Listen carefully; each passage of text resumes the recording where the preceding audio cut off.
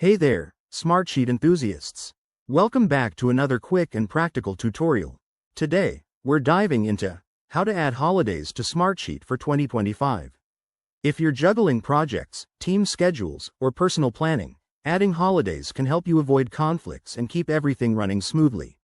Smartsheet is a fantastic tool for collaboration, and with 2025 just around the corner, let's make sure your calendars are holiday ready. This process is straightforward, but I'll walk you through it step by step so you can follow along easily.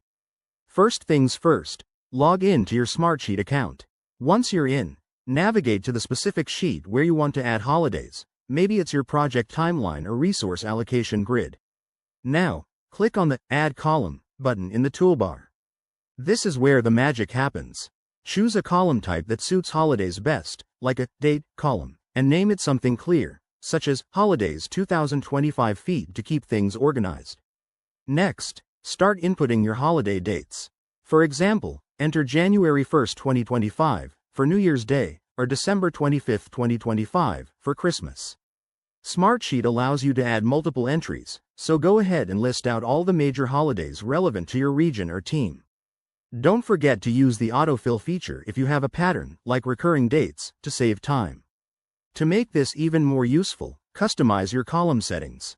Right-click on the column header and select Format to apply colors or conditional formatting. Think red for holidays to make them stand out at a glance.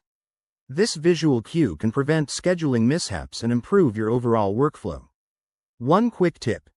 If you're working with a team, ensure everyone has edit access so they can update holidays as needed, especially for international teams with varying observances. And if you run into any issues, Smartsheet's Help Center has great resources. There you have it.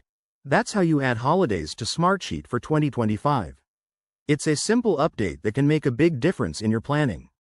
If you found this helpful, give it a thumbs up, subscribe for more tips, and let me know in the comments if you have any questions. Thanks for watching, and see you in the next video.